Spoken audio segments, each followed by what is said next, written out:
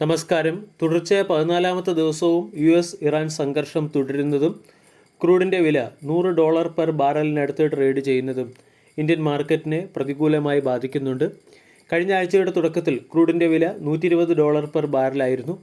അതേസമയം international energy agency ക്രൂഡിൻ്റെ supply shortage പരിഹരിക്കുന്നതിന് വേണ്ടി ചില നടപടികൾ സ്വീകരിച്ചതിൻ്റെ പശ്ചാത്തലത്തിൽ ക്രൂഡിൻ്റെ വില കറക്റ്റായി $100 പെർ ബാരലിനടുത്തായിട്ടാണ് ട്രേഡ് ചെയ്യുന്നത്. അതേസമയം വരുന്ന 4 ആഴ്ച കൂടി ഇറാൻ സംഘർഷം നീണ്ടു നിൽക്കുകയാണെങ്കിൽ ക്രൂഡിൻ്റെ വില $180 പെർ ബാരലിന് മുകളിലേക്ക് എത്തുമെന്ന് പല വിദഗ്ധരും മുന്നറിയിപ്പ് നൽകുന്നു. ക്രൂഡിനെ സംബന്ധിച്ചിടത്തോളം $125 ഒരു ഇമ്മീഡിയറ്റ് റെസിസ്റ്റൻസ് ആയിട്ടാണ് പ്രവർത്തിക്കുന്നത്. $125 മുകളിൽ ക്രൂഡിൻ്റെ വില സസ്റ്റെയിൻ ചെയ്താൽ 2008 ഹൈ ആയ $145 മുതൽ $180 പെർ ബാരൽ എന്ന ലെവലിലേക്ക് ക്രൂഡിൻ്റെ വില ഉയരാനുള്ള സാഹചര്യം വർദ്ധിച്ചു വരികയാണ്. ക്രൂഡിൻ്റെ വില ഉയർന്നതിന് പിന്നിലെ ഏറ്റവും പ്രധാന കാരണം സപ്ലൈ ഷോർട്ടേജ് തന്നെയാണ്. ഹോർമൂസ് കടലിടുക്ക് വഴി ഇന്ത്യൻ ഷിപ്പുകളെ പോകാൻ അനുവദിച്ചെങ്കിലും LNG വ്യാപാരം പ്രതീക്ഷിച്ച രീതിയിൽ, അതായത് 80 മെട്രിക് ടൺ പെർ ആനം എന്ന റേറ്റിലുള്ള LNG വ്യാപാരം പൂർണ്ണമായും ഡിസ്ട്രപ്റ്റ് ആയി കഴിഞ്ഞു. LNGയുടെ ലഭ്യത ഇന്ത്യൻ കമ്പനികളെ, പ്രത്യേകിച്ച് ഫെർട്ടിലൈസർ ആൻഡ് കെമിക്കൽ സെക്ടറിലെ കമ്പനികളെ ബാധിച്ചിട്ടുമുണ്ട്. ബാലാജി അമൈൻസ്, ബോറോസിൽ തുടങ്ങിയ കമ്പനികൾ പുറത്തുവിട്ട റീസെൻ്റ് അപ്ഡേറ്റ് നമ്മൾ പരിശോധിച്ചാൽ ഈ കമ്പനികളുടെ പല മാനുഫാക്ചറിംഗ് പ്ലാന്റും LNGയുടെ സപ്ലൈ കുറവ് മൂലവും അമോണിയ പോലുള്ള ഇൻപുട്ട് മെറ്റീരിയൽസിൻ്റെ അവൈലബിലിറ്റിയിലുള്ള കുറവ് മൂലവും താൽക്കാലികമായി പ്രവർത്തനം നിർത്തിവച്ചിരിക്കുകയാണ്.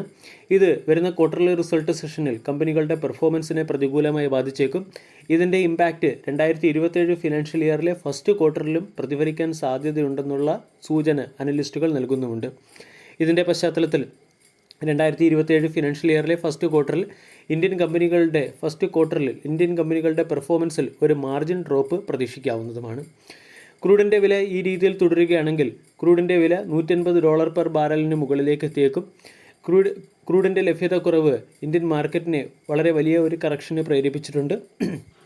ഇൻഡെക്സ് ഓൾ ടൈം ഹൈയിൽ നിന്നും 12%, കഴിഞ്ഞ 2 ആഴ്ച കൊണ്ട് ഇൻഡെക്സ് 8%-ഓളവും കറക്റ്റായി കഴിഞ്ഞു.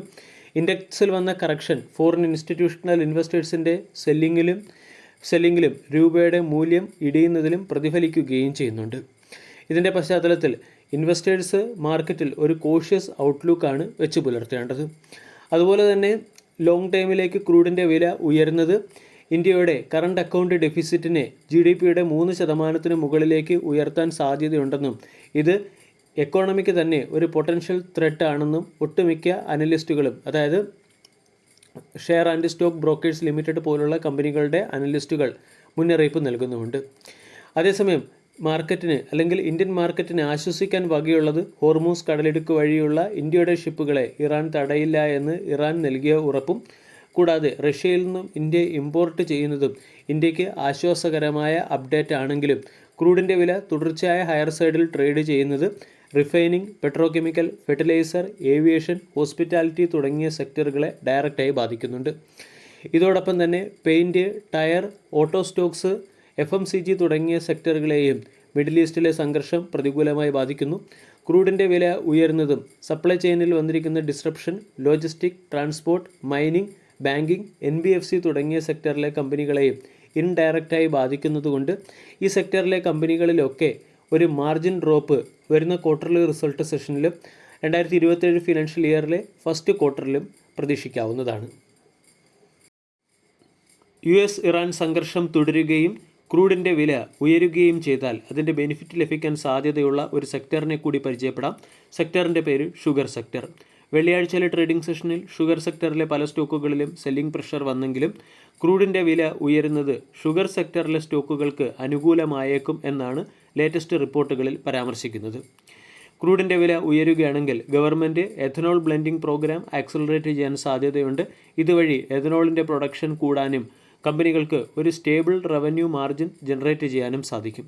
പ്രധാനമായും ഷുഗർ മാനുഫാക്ചറിംഗ് സെക്ടറിലെ കമ്പനികളൊക്കെ ഇപ്പോൾ എഥനോൾ പ്രൊഡക്ഷനിലാണ് ശ്രദ്ധ കേന്ദ്രീകരിച്ചിരിക്കുന്നത്. എഥനോൾ പ്രൊഡക്ഷൻ കൂടുന്നത് കമ്പനികൾക്ക് കൂടുതൽ സ്റ്റേബിൾ റവന്യൂ ജനറേറ്റ് ചെയ്യാൻ സാധ്യമായേക്കും. ഇന്ത്യ മാത്രമല്ല, ബ്രസീൽ പോലുള്ള രാജ്യങ്ങളിലെ പല പ്രമുഖ ഷുഗർ കമ്പനികളും ഇപ്പോൾ എഥനോൾ പ്രൊഡക്ഷനിലാണ് ശ്രദ്ധ കേന്ദ്രീകരിക്കുന്നത്. കാരണം ക്രൂഡിൻ്റെ വില ഉയരുന്നതനുസരിച്ച് എഥനോൾ ബ്ലെൻഡിംഗ് ഉയരാനും ഇതുവഴി കമ്പനികൾക്ക് കൂടുതൽ റവന്യൂ ജനറേറ്റ് ചെയ്യാനും സാധിക്കും. ഈ ട്രെൻഡ് താമസിയാതെ ഇന്ത്യയിലും ആരംഭിക്കുമെന്നാണ് അനലിസ്റ്റുകൾ പറയുന്നത്. 2025 കൂടി പെട്രോളിൽ 20% എഥനോൾ ബ്ലെൻഡിംഗ് നമ്മൾ നടപ്പിലാക്കി കഴിഞ്ഞു. ക്രൂഡിൻ്റെ വില $100 മുകളിലേക്ക് ഉയരുന്നത് ഇന്ത്യയുടെ ഇമ്പോർട്ട് ബില്ലിനെ പ്രതികൂലമായി ബാധിക്കും. ഇതിനെ റെഡ്യൂസ് ചെയ്യുന്നതിന് വേണ്ടി ഗവൺമെൻറ് എഥനോൾ ബ്ലെൻഡിംഗ് പ്രോഗ്രാം കൂടുതൽ ഫോഴ്സ്ഫുള്ളി ഇംപ്ലിമെൻറ്റ് ചെയ്തേക്കും. ഇതിൻ്റെ ബെനിഫിറ്റ് ഷുഗർ സെക്ടറിലെ സ്റ്റോക്കുകൾക്ക് ലഭിക്കാൻ സാധ്യതയുണ്ട്.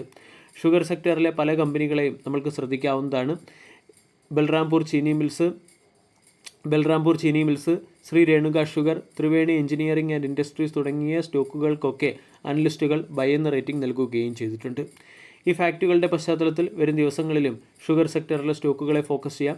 കൂടാതെ 25-26 ഫിനാൻഷ്യൽ ഇയറിൽ ഇന്ത്യയുടെ ഷുഗർ പ്രൊഡക്ഷനിലും 18% വർധനവ് വന്നിട്ടുണ്ട്. ഈ ഫാക്റ്റ് ഒരു സ്ട്രക്ചറൽ ടെയിൽ വിൻഡായി പ്രവർത്തിക്കാനും ഷുഗർ സെക്ടറിലെ സ്റ്റോക്കുകളിൽ ഒരു മൂവ്മെൻറ്റിന് കാരണമായേക്കുമെന്നാണ് അനലിസ്റ്റുകൾ പറയുന്നത്. വീഡിയോ എല്ലാവർക്കും ഇഷ്ടമായി എന്ന് വിശ്വസിക്കുന്നു. താങ്ക്